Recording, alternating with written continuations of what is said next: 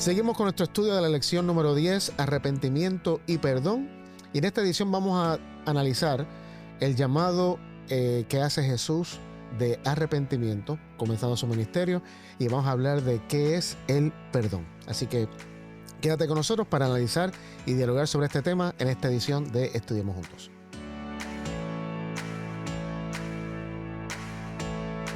Bienvenidos a Estudiemos Juntos, hoy en la lección número 10, arrepentimiento y perdón. Gracias por estar con nosotros. Te pedimos de favor que te suscribas a nuestro canal de YouTube, que le des like a este video, que lo compartas con tus contactos y que comentes, hagas preguntas, que entres en diálogo en el chat para así continuar el diálogo y seguir preparando el camino para la venida de Jesús. Estamos con Joel y con Sammy y continuamos en este estudio que a mí me parece muy fascinante sobre el arrepentimiento y el perdón, y vamos a comenzar orando. Y Sammy, te voy a pedir si puedes orar ahora y continuar con el estudio. Señor, en este momento te agradecemos por tus bendiciones. Te pido que seas con este diálogo que vamos a tener, que podamos entender cosas ocultas que quizás no entendamos, Señor, y que traigas revelaciones frescas, y que para poder seguir creciendo en tu conocimiento. En el nombre de Jesús. Amén. Amén. Amén. Bueno, mencionábamos en la edición anterior un ratito de que el arrepentimiento es tan importante, que fue lo primero que Juan el Bautista en su predicación y que Jesús en su predicación, comenzando su ministerio, estaban hablando. Y estuvimos analizando, leímos Marcos 1, 14 al 15, que voy a pedir que lo lean de nuevo, que es el mensaje de Jesús, el llamado que hace. Y fíjate cómo Jesús desglosa lo que es el evangelio, la predicación. Después que Juan fue encarcelado, Jesús vino a Galilea predicando el evangelio del reino de Dios. Decía: el tiempo se ha cumplido, el reino de Dios está cerca. Arrepentíos y creed al evangelio. Muy bien. Jesús dijo: el tiempo se ha cumplido, el reino de Dios está cerca. Arrepentíos y crean el evangelio. Mencionamos también ahorita que Jesús es el reino de Dios, porque Jesús vivió los principios. El reino de Dios no es un sistema, no es un credo, no son unas creencias, no es teología. El reino de Dios son principios, fue lo que mencionamos ahorita. Y es el rey. Y donde está el rey está el reino. Correcto. Entonces Jesús vivió y enseñó los principios del reino. Y por eso donde quiera que Jesús estaba el reino. Fíjate lo que dice Lucas capítulo 17, versículos 20 y 21. Y justamente en mi versión tiene el subtítulo que dice llegada del reino de Dios. Y fíjate lo que dice Jesús. Lucas 17, 20 y 21. Cuando los fariseos le preguntaron cuándo había de venir el reino de Dios, él les respondió: el reino de Dios no vendrá con advertencia, ni se dirá aquí está o allí está, porque el reino de Dios está entre ustedes. Muy bien. Jesús mismo está diciendo, no es que está allí, como mencionamos ahorita, no, mira, allí vas a Jerusalén, allí vas a encontrar el reino de Dios. No, el reino de Dios está entre ustedes, porque Jesús estaba ahí. Donde quiera que Jesús está el reino de Dios, porque como dice Jesús, no solamente es el rey, pero Jesús vive y ejemplifica los principios de su reino. Y donde está Jesús, está el reino de Dios. O sea, y Jesús dijo: he aquí yo estoy con vosotros todos los días hasta el fin del mundo. O sea, donde están sus discípulos, ahí está el reino de Dios. Este reino de Dios. Entonces, como consecuencia, perdón, ya que Jesús es el reino de Dios, debemos tener un cambio de mente, de, como mencionamos ahorita, cambiar la manera en que vemos la realidad de Dios, y eso es a través de Jesús. En Juan 1:18 me parece que cuando Juan dice que a Dios nadie lo vio jamás, pero el Hijo es el que lo da, lo revela o algo así, es que dice Juan 1:18. Lo va a conocer, lo interpreta. Que en el griego es que lo interpreta, ¿no? Y ¿qué quiere decir esto? Especialmente en el contexto que estamos hablando, en la época de Jesús, el pueblo judío pensaba que el Mesías iba a venir para destruir al imperio romano, como mencionamos también ahorita, y crear el reino de Dios físico en la tierra. Y Jesús viene y les cambia la mente. Y de eso prediqué yo hace, 2 sábados, 3 sábados atrás, cuando hablamos de Jesús en el templo, donde Jesús justamente comienza a hacerles preguntas sobre las profecías mesiánicas, porque Jesús en esa celebración de la Pascua se dio cuenta, conectó todos los puntos y dijo: yo soy el Mesías. y comenzó a indagar, a hacerle preguntas a esta gente sobre las profecías mesiánicas. Y obviamente los rabinos pues decían, no, es que esperamos al Mesías que venga, porque va a levantar a la nación de nuevo y va a destruir a los romanos y ya no vamos a tener el yugo de opresión y todo lo demás. Y Jesús dice Elena White, el deseo de toda la gente, es que les dijo, ok, ¿y cómo interpretan entonces Isaías 52? Y eso, o sea, puso a los maestros a empezar a ver una verdad de otra perspectiva. Ese cambio de mente es el que Jesús empezó a hacer con el pueblo de Israel allá. Y dice Elena White también que si los maestros hubieran aceptado esa perspectiva del Mesías que Jesús le estaba enseñando, hubiera causado una reforma en Israel tan grande como nunca antes, y cuando Jesús comenzara su ministerio, más personas hubieran creído en él. Pero lamentablemente Jesús está hablando de un reino diferente al que ellos pensaban. Y cuando se nos presenta esta revelación de Dios, nosotros, no sé si decir que es la tendencia natural, pero se nos hace más fácil resistirnos a la... Y creo que es normal de todo el mundo. La primera reacción cuando nos dicen algo diferente a lo que siempre hemos creído es dudarlo. El cambio siempre produce resistencia. Exacto. Pero a la medida que damos lugar al Espíritu a que nos vaya confirmando y nos dé más revelación, entonces llega la famosa metanoia, que es la que Jesús quería decir cuando dijo el reino de Dios acercado.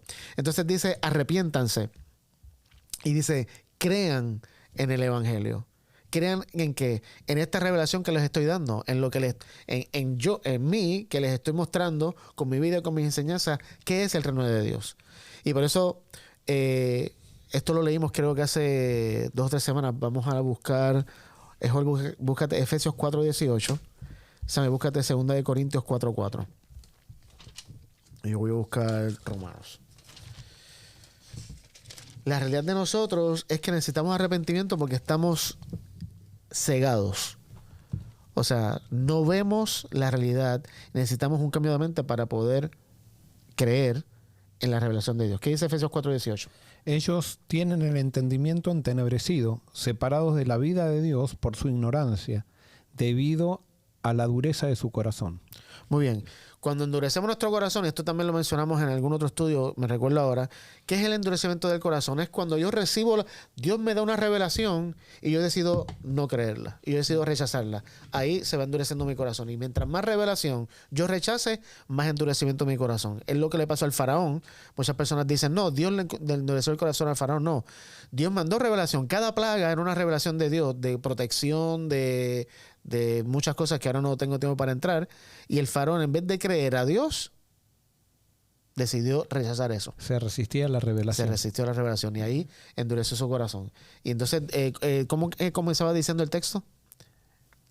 Ellos tienen el entendimiento entenebrecido. Entenebrecido. Fíjate que todo el tiempo la alusión es a algo que ocurre en la mente.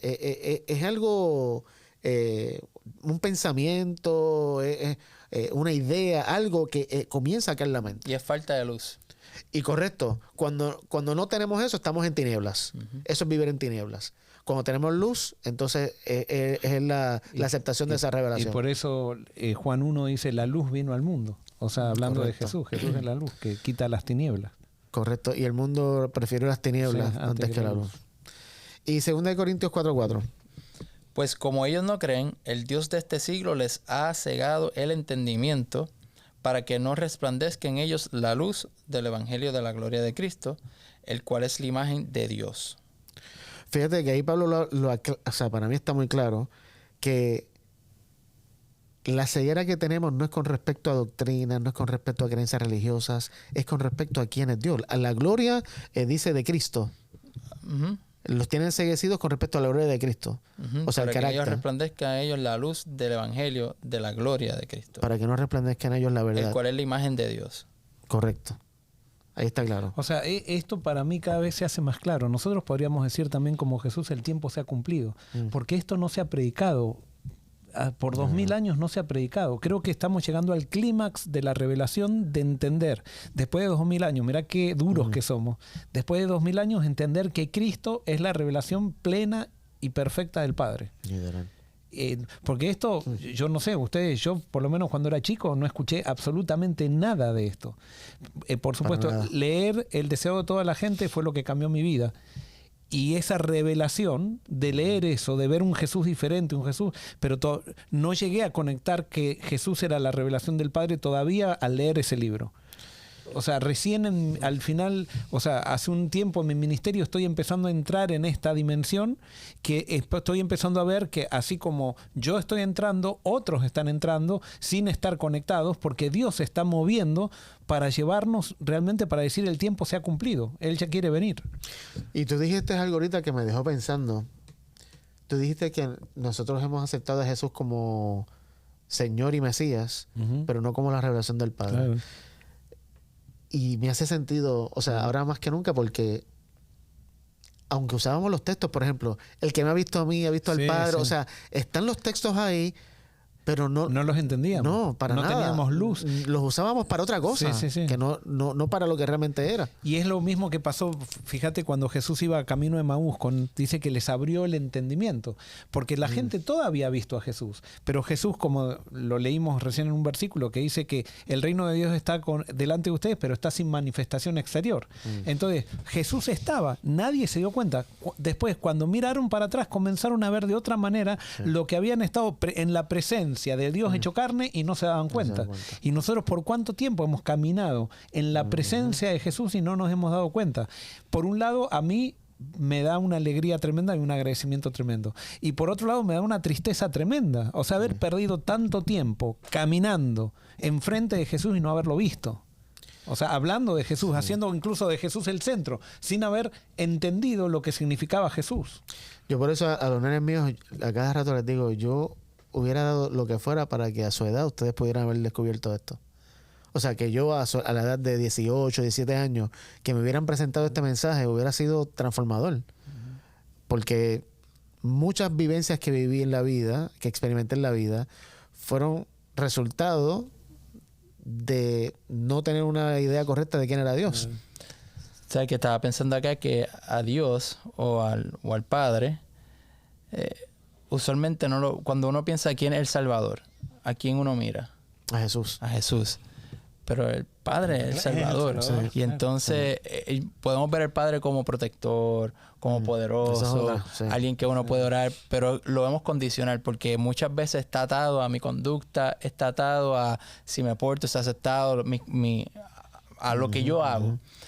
Pero nunca lo vemos de esa manera. Pero entonces entender que el Padre es el autor de la salvación, el que en su corazón fue el que amó y que es el que salva. Entonces, cuando vemos yo creo que algo que tenemos que ver es al Padre también con la misma mentalidad. El Padre es salvador, pero el Padre es diferente en ese sentido. Imagínate cuán tergiversado hemos tenido a Dios.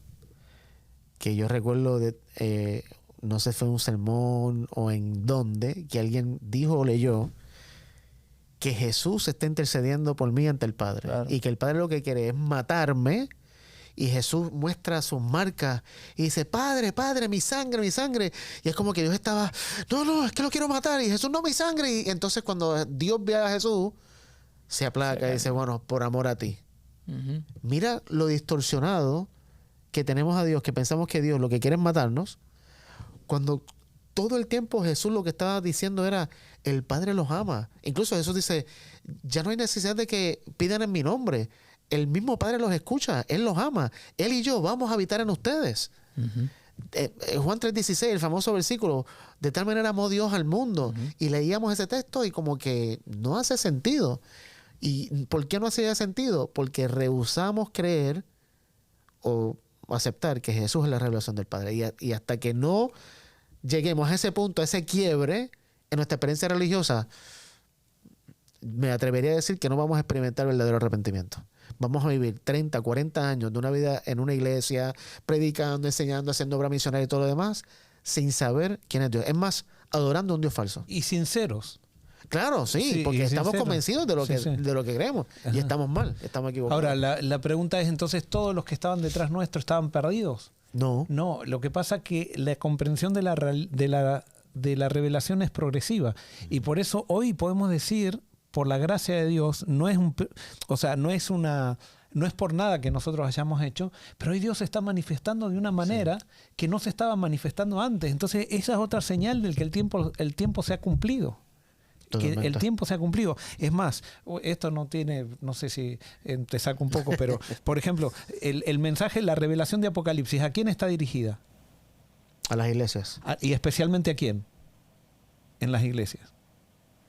El mensajero. A los ángeles de cada iglesia, a los pastores.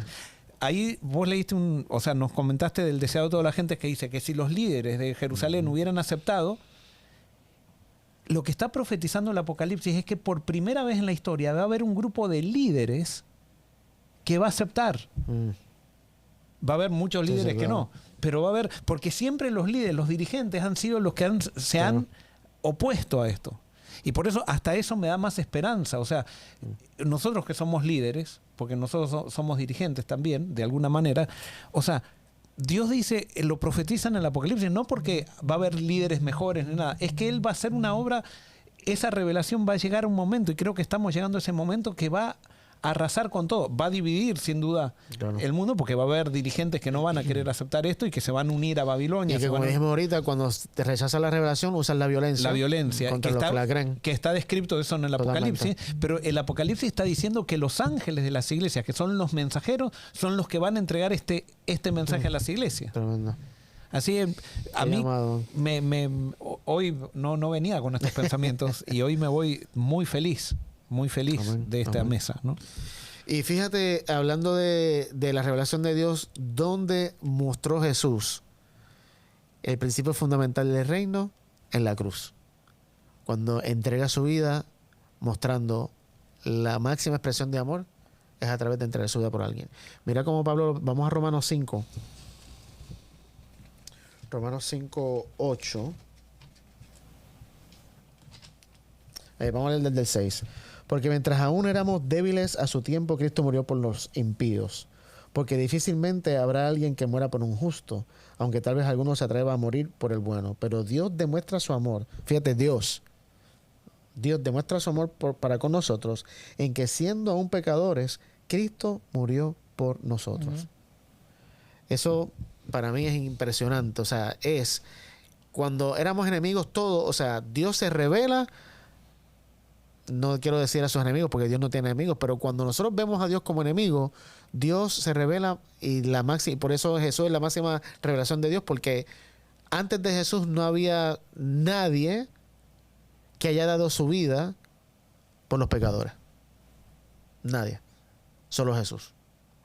Entonces, ¿qué llegamos a la conclusión? El arrepentimiento es un cambio de mente con respecto a quién es Dios. Esa revelación y oportunidad viene de Dios y es concreta cuando creemos en Jesús, en lo que Él mostró de Dios como real y verdadero. Y quiero terminar leyendo bueno, vamos a leer. Déjame mencionar algo rápido. Sí. Que también creo que algo que es importante es que Dios muestra su amor por nosotros, porque a veces hay esta incongruencia en que uno piensa, ok, Cristo muere para aplacar la ira del Padre. O sea, que uno piensa, ok, es como si Dios estuviera tan molesto con el mundo falló, está lleno de pecado, y entonces ahora Dios los va a matar, y para no matarlos Jesús intercede para que entonces se alivie la ira de Dios. Claro. Pero ahí te está diciendo que Dios muestra su amor, o sea, ya Dios nos ama, entonces no puede ser que Dios no nos ama, o sea, que Dios está molesto, que hay una ira que nos quiere destruir, entonces envía a sus hijos y ahora por causa de sus hijos, entonces ahora Él se tranquiliza. Eso no, el sacrificio de Dios, de Jesús, nunca fue por causa del Padre. Es por el pecado, lo que el pecado causa. Había algo que había que acabar con eso. No tiene nada que ver con el Padre. O sea, no es para que el Padre esté tranquilo con nosotros. Es que el pecado lo que hace es hacernos pensar de que Jesús intercede por el Padre para que el Padre piense bien de nosotros. Y Jesús intercede por nosotros para que nosotros pensemos bien del Padre. O sea, nosotros en nuestro pecado, hemos hecho la intercesión de Jesús, la hemos dado vuelta y la hemos puesto para apoyar toda la tergiversación que el pecado produjo en nosotros. Y me gusta que hayas dicho eso, ¿sabes? Porque introduce el tema que con esto vamos a terminar, que es el perdón. En el contexto de todo lo que hemos hablado de qué es el pecado, qué es ver a Dios distorsionado, qué es el arrepentimiento, un cambio de mente, la pregunta es, ¿qué es el perdón? Y Dios nos perdona cuando nos arrepentimos genuinamente, o el perdón de Dios está aunque no nos arrepentamos genuinamente. El perdón de Dios está siempre, o sea, ya Ajá, está dado. muy bien. O sea, porque lo vemos ¿cuándo ven ustedes a Adán y Eva arrepentirse? Nunca. O sea, Dios les da el mensaje del Evangelio en Génesis 3.15 antes de que ellos reconozcan. Es más, las evidencias del texto nos dicen que no estaban arrepentidos porque se echan la culpa el uno al otro, se desresponsabilizan. Todos los signos de falta de arrepentimiento están ahí en el texto. Y Dios, sin pedirles que se arrepientan, les da el Evangelio, el regalo de la salvación, y después les da el regalo de las túnicas para cubrir, sacarle las hojas de higuera y cubrir su vestidura. O sea, el arrepentimiento no es la condición del perdón. Y eso es el resultado del perdón, el arrepentimiento, pero no es la condición para ser perdonado que tengo que estar arrepentido. Y por eso a mí este tema me dejó muchas preguntas, porque creo que me estoy viendo ahora cosas que antes no veía con respecto al perdón. ¿Y por qué digo eso? Porque todavía tengo muchas cosas, obviamente, de mi... ¿cómo se dice? Mi crianza. De tu pasado. Sí, las enseñanzas que me dieron. Porque así me sentía, no sé si ustedes lo experimentaron, era como que me decían, cada vez que tú haces un pecado, un acto malo, si no pides perdón, estás perdido. Es como que yo estaba bien con Dios, pequé, perdí la salvación. Y solamente a través de la confesión y el arrepentimiento, que no era un cambio de mente, nunca me enseñó un cambio de mente. El arrepentimiento era sentirte mal por lo que hiciste y desear un cambio. Si no hay confesión y arrepentimiento, me quedo perdido. Y no tengo perdón. Y usaban el texto de 1 de Juan 1:9, creo que dice, si confesamos nuestro pecado, Él es fiel y justo para perdonarnos. Como si eso fuera una condición, el confesar es una condición para recibir el perdón de Dios. Y lo que estoy descubriendo, que esto lo hemos hablado fuera de cámara y creo que lo mencionamos ahorita, el perdón de Dios siempre ha existido, desde antes de la fundación del mundo. Vamos a algunos textos. Efesios 1:4, Sammy. Joel, 2 de Timoteo 1:9. Mateo 25:34. Entonces, para mí esto cambia muchas cosas. Si es así, cambia muchas cosas. Efesios 1:4. En él, Dios nos escogió antes de la fundación del mundo para que en su presencia seamos santos e intachables. Ok, si Dios antes de la fundación del mundo ya nos había escogido para que fuéramos santos y sin mancha, significa que Dios, sabiendo que íbamos a pecar, aún así nos escogió para que fuéramos sin mancha. O sea, ya nos había dado, no sé si está ligado, creo que está ligado el perdón y la gracia, que vamos a hablar de eso más adelante. 2 de Timoteo 1:9.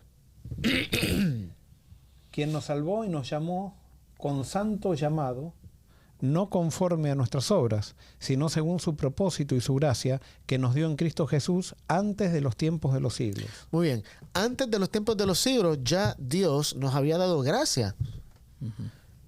O sea, y la gracia justamente lo que hace es que da perdón. Mateo 25:34. Espero que este sea el texto correcto. Entonces el rey dirá a los de su derecha, vengan benditos de mi Padre, hereden el reino preparado para ustedes desde antes de la fundación del mundo. O sea, ya Dios, a pesar del pecado, ya había determinado dar el reino a los seres humanos. Y este fue el texto que más me dejó de ella. Vamos a leer los Romanos 3. Esto sí que me dejó de día. Y de aquí podemos tener el resto. Lamentablemente tenemos 7 minutos que nos quedan. Romanos 3, vamos a leer del 24 al 26. Esto es precioso. Este texto habría que marcarlo en todas las Biblias y frame it en algún lugar. ¿Quién lo quiere leer? ¿24 qué? 24 al 26. Pero son justificados gratuitamente por su gracia, mediante la redención que proveyó Cristo Jesús. Ok, tiempo. Vamos ahí por parte. Fíjate que dice... Mi versión dice todos. No sé, ¿tu versión dice todos, Joel? No, pero ¿no? Son justificados gratuitamente. Okay. La versión me dice, todos son justificados gratuitamente por su gracia, por medio de la redención que es en Cristo Jesús. Me pasa que el 23 dice, por cuanto todos pecaron y están destituidos de la gloria de Dios. Muy bien. Porque ahí Exacto. ya Correcto, te está diciendo que son todos. Está hablando de todos. Correcto. Y luego sigue. Todos hemos sido justificados por la gracia de Dios, que a través de Jesús. Ajá, sigue. 25. Mediante la redención que proveyó Cristo Jesús, a quien Dios puso como sacrificio de expiación por medio de la fe en su sangre.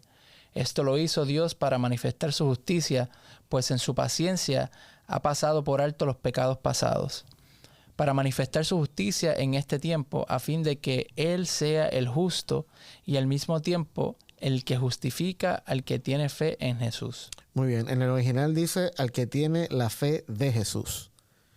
Pero eso es otro tema. Pero fíjate, a mí lo que me llamó mucho la atención de este texto es que Pablo está diciendo que la justicia de Dios se exhibió al darnos perdón y gracia en Jesús.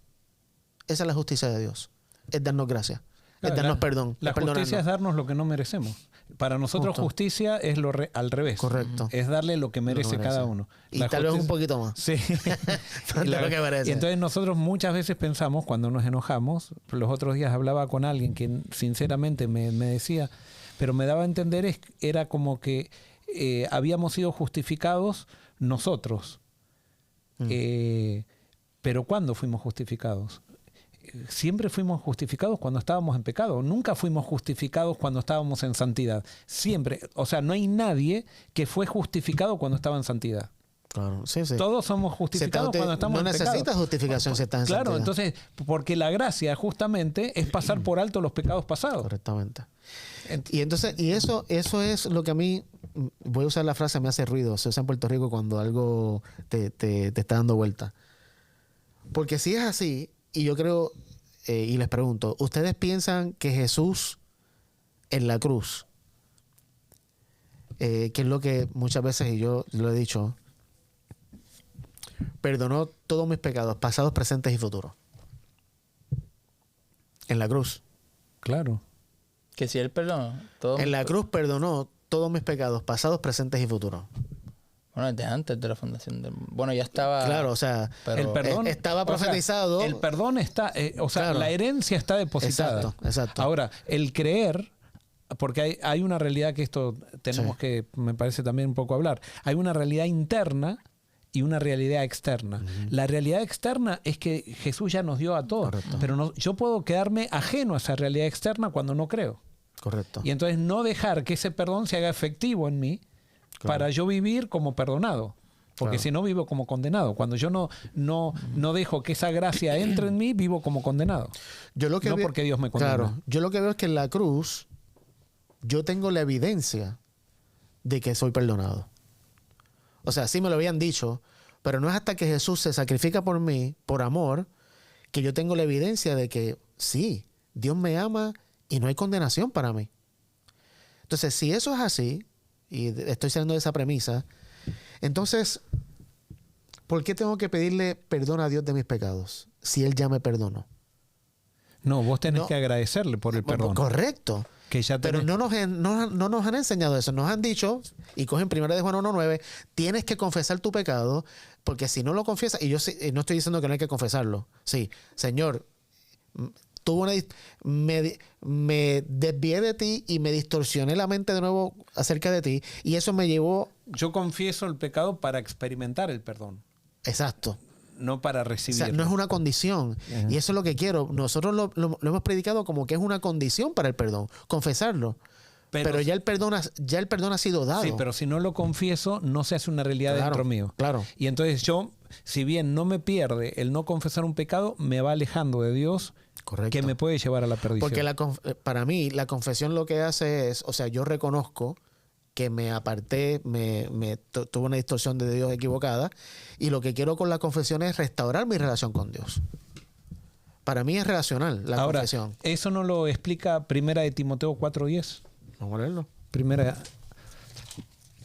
que o sea, que muestra cómo Se nos acabó el tiempo. 1 Timoteo 4:10. 4:10. Porque por esto trabajamos y nos esforzamos, porque hemos puesto nuestra esperanza en el Dios vivo, que es el Salvador de todos los hombres. especialmente de los creyentes. De los que creen, dice acá. Especialmente, dice. Claro, por eso, especialmente Sí. quiere decir, Él es salvador de todos. Claro. O sea, del que cree y que no cree, pero especialmente del que cree, porque el que cree hace eso una realidad. Experimenta algo que el otro no experimenta. En su mente Correcto, algo que el otro no correcto, experimenta. correcto. Cuando yo no creo en el perdón de Dios, vivo como perdido. Correcto. O sea, pero no es que estoy perdido, es que yo me autopierdo porque no quiero creer en lo que Dios ya me dio. Entonces, cuando hablamos del perdón de Dios, podemos llegar entonces a esta conclusión. Dios ya nos ha perdonado a todos desde antes de la fundación del mundo. Por eso, como tú dijiste ahorita, cuando Dios se acerca a Adán y Eva, no los mató, no les dio destrucción, ni lo permitió. Y la intercesión de Jesús ya fue instantánea. Fue instantánea. Claro. Entonces, ya tenemos perdón. Entonces, y me voy a atrever a decir esto porque creo que es algo que estoy viviendo ahora. Ya cuando cometo un error por haberme separado de Dios porque veo a Dios distorsionado, ya no es que voy a donde Dios y le pido a Dios que me perdone, porque ya yo sé que Él me perdonó. Simplemente le agradezco, Señor, gracias por perdonarme, a pesar de esto que hice. Y no sé, a mí, no es que estoy diciendo ahora que todo el mundo tiene que hacerlo, pero a mí ahora eso como que en mi relación con Dios, no sé, como que ahora siento una intimidad que antes no sentía Claro, con eso. Correcto, y tenés razón. Ahora sí tenemos que ver que hay una repercusión, porque eso puede ser mal interpretado también. Hay una repercusión en la mente cuando nosotros pecamos. Y cuando nosotros no confesamos un pecado, ese pecado queda en mi mente ocupando un lugar que el Espíritu Santo ya no puede. Sí, porque es que si no lo puede ocupar. confieso es como si estuviera bien. Si no lo confieso, siento que Claro. estuvo bien. Y entonces ahí ese pecado, lo único que produce el pecado es más distorsión de Dios. es más distorsión de Dios, y entonces como más distorsión, más separación. Exactamente. O huyo. De mi parte. De mi parte, pero no de la parte de Dios. Correcto. Porque Dios sale a buscarme. Y siempre está a mí, Y no siempre se está, aparta. siempre está. Exacto. Sí, no, iba a decir que yo estuve un tiempo que cambió mi mentalidad cuando entendí más lo del perdón y ya llegaba a ese punto que decía más bien eso, era gracias por el perdón, qué sé yo. Pero ahora como que he estado viendo algo un poquito diferente, aunque yo sé que Dios me perdona, pero creo que el perdón no es porque... ¿Por qué voy a pedir perdón? Porque entonces si no pido perdón, Dios está molesto conmigo, se enchismó, se molestó y ahora pues tengo que Perdí pedirle mi perdón salvación. para que esté tranquilo conmigo. Yo creo que más bien de mi parte, por ejemplo, ¿por qué mis nenas a cada rato cuando hacen algo malo me miran, papi, perdón? ¿Por qué? Porque yo voy a dejar de ser su papá, porque les voy a hacer... Yo creo que es algo que lastima, y si yo le pido perdón a otra persona, es más bien es por mí. Así que ahora ya estoy volviendo más porque estuve un tiempo en eso, pero ahora sí pido perdón, pero es más bien por mí, por yo haberme desconectado. Pero no es para ver si gano algo, sino yo creo que tiene algo lindo y sana en cuanto a mí, porque estoy desconectándome. Claro, ¿no? claro. Y causaste un dolor en alguien. Y por O sea, eso es lo que causamos decía. un dolor en Dios, o sea, porque es como, Claro. me equivoqué con mi hijo. ¿Y cuál es nuestro dolor de que equivocarnos con un hijo? Es haberle causado un dolor al hijo. Claro. No es el dolor que siento porque sí. dejé de ser Claro. perfecto, sino es porque yo le causé un dolor A a la hijo relación. y a la relación que tenía con él. Y por eso es como dije ahorita, la confesión y el pedir perdón se hacen para restaurar una relación Claro. que ha sido quebrantada. O sea, yo reconozco, no amé. Porque eso es pecado, es no amar. Exacto. No amé y te quiero pedir perdón porque no te amé. A Dios no te amé. A mi Claro. prójimo no te amé. Ajá, y cuando confieso y pido perdón, lo que estoy queriendo es restaurar la relación. Se restaura. Y el perdón, justamente, el perdón de Dios, nosotros, si el perdón no restaura relación, no es perdón. Correcto. O sea, el objetivo del perdón es restaurar relación. Y por eso Exactamente. Dios ofrece, ¿qué es? Cuando dice el perdón está siempre. Lo que quiere decir eso es que Dios está siempre para relacionarse con nosotros. Claro. O sea, Él está con los brazos abiertos siempre. Siempre. Eso es lo más lindo, porque puede haber personas que tú le pidas perdón y no te perdonan. Claro. Y pues uno como que busca la Sí, manera, sí, sí. pero Dios no es a ver si me va a perdonar, ya está. Ya y está es como garantizada. que siempre está ahí. Es lo Y que- por eso decía ahorita, perdón, Joel, en la cruz ya lo tengo demostrado. O sea, Dios ya... ¿Qué más evidencia me puede dar Dios de que me ha perdonado? A nosotros Si no es en la cruz. nos han enseñado de que Dios perdona, ¿verdad? ¿Y es verdad? Sí, pero eso no es la enseñanza. la doctrina correcta sería Dios es perdonador, Claro. que es diferente perdona, porque Sí. si Dios perdona, a veces te puede perdonar y a veces Claro, no. puede decir que no. En cambio, cuando Dios es perdonador, quiere decir que no puede dejar de perdonar. A su O gloria sea, a Dios. Así Él es. está con los brazos abiertos, Claro. siempre.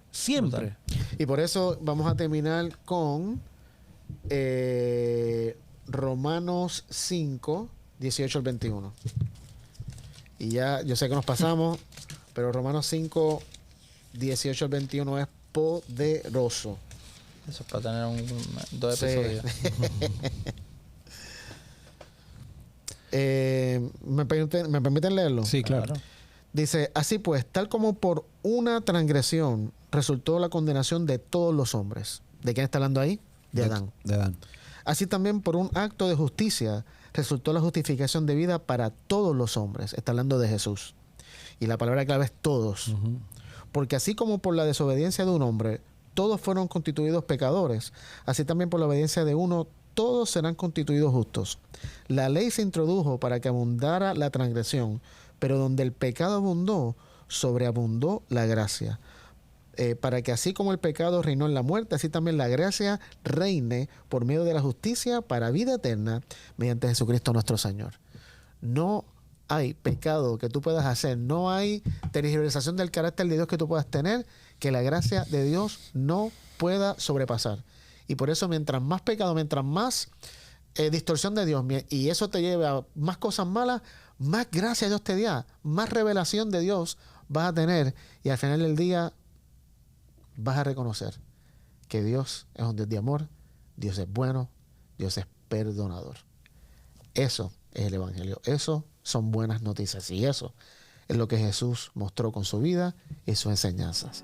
Así que te ruego que si sientes que tus pecados te han apartado de Dios grandemente, no es que Dios se ha apartado de ti.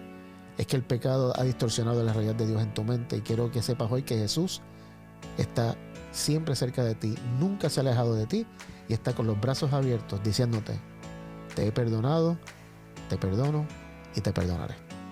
Que Dios te bendiga.